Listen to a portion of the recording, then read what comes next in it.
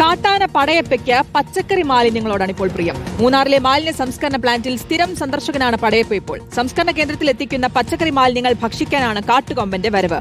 ഇതോടെ ജനവാസ കേന്ദ്രങ്ങളിൽ പടയപ്പ എത്തുന്നത് കുറഞ്ഞുവെന്നാണ് നാട്ടുകാർ പറയുന്നത്. എന്നാൽ ആക്രമണ ഭീതിയിലാണ് മാലിന്യ സംസ്കരണ പ്ലാന്റിലെ ജീവനക്കാർ. രാഹുൽ സുരേഷിന്റെ വിശദാംശങ്ങൾ നൽകാൻ. രാഹുൽ, ഇതുവരെ ജനവാസ കേന്ദ്രങ്ങളിലേക്ക് എത്തുന്നതിന്റെ ഒരു ആശങ്കയിലായിരുന്നു. ഇപ്പോൾ അവിടം വിട്ട് മാലിന്യ സംസ്കരണ പ്ലാന്റിലേക്ക് എത്തുകയാണ്. സ്ഥിരമായിട്ട് എത്തുന്നു എന്നാണ് മനസ്സിലാക്കുന്നത്. പക്ഷേ അത് മറ്റൊരു തരത്തിൽ അവിടുത്തെ ജീവനക്കാർക്ക് ഭീതിയിലാക്കുന്നു, അല്ലേ?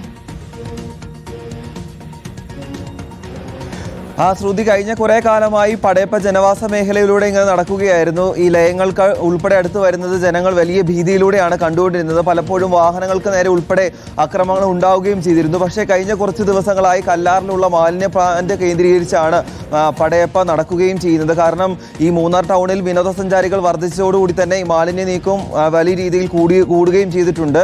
പച്ചക്കറികളാണെങ്കിൽ കൂടി പഴവർഗ്ഗങ്ങളാണെങ്കിൽ കൂടി സംസ്കരിക്കുന്നത് ഈ കല്ലാർ മാലിന്യ പ്ലാന്റിലാണ്. അപ്പോൾ അത് ഭക്ഷിക്കാൻ വേണ്ടിയാണ് ഇപ്പോൾ പടയപ്പ സ്ഥിരമായി ഈ മാലിന്യ സംസ്കരണ കേന്ദ്രത്തിന് സമീപം എത്തുന്നത്. പകൽ സമയത്ത് ഇത് ഈ മാലിന്യ പ്ലാന്റിനോട് ചേർന്നുള്ള വനമേഖലയിൽ ഉറങ്ങും. അതിനുശേഷം വൈകുന്നേരവും രാത്രി സമയങ്ങളിലാണ് ഈ പ്ലാന്റിന് സമീപം എത്തുന്നതെന്നാണ് അവിടെയുള്ള ആളുകൾ തന്നെ പറയുകയും ചെയ്യുന്നത്. ഇന്നലെ വൈകിട്ട് എത്തിയ ദൃശ്യങ്ങളാണ് നമ്മൾ കാണുകയും ചെയ്യുന്നത്. പക്ഷേ ഈ മാലിന്യ പ്ലാന്റിൽ സ്ഥിരമായി എത്തുന്നത് അവിടെയുള്ള ആളുകൾക്കും ചെറിയ രീതിയിൽ ആശങ്ക ഉണ്ടാക്കുകയും ചെയ്യുന്നുണ്ട്. പക്ഷേ ഫെൻസിംഗ് ഉൾപ്പെടെ ഉള്ളതുകൊണ്ട് വലിയ അക്രമ സംഭവങ്ങൾ അവിടെ ഉണ്ടാക്കുന്നില്ല എന്നാണ് പറയുന്നത്.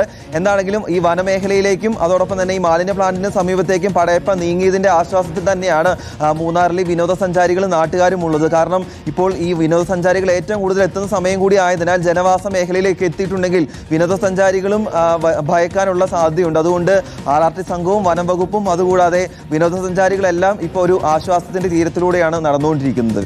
ഓക്കെ, വ്യക്തമാണ്. രാഹുൽ സുരേഷാണ് വിശദാംശങ്ങൾ നൽകിയത്.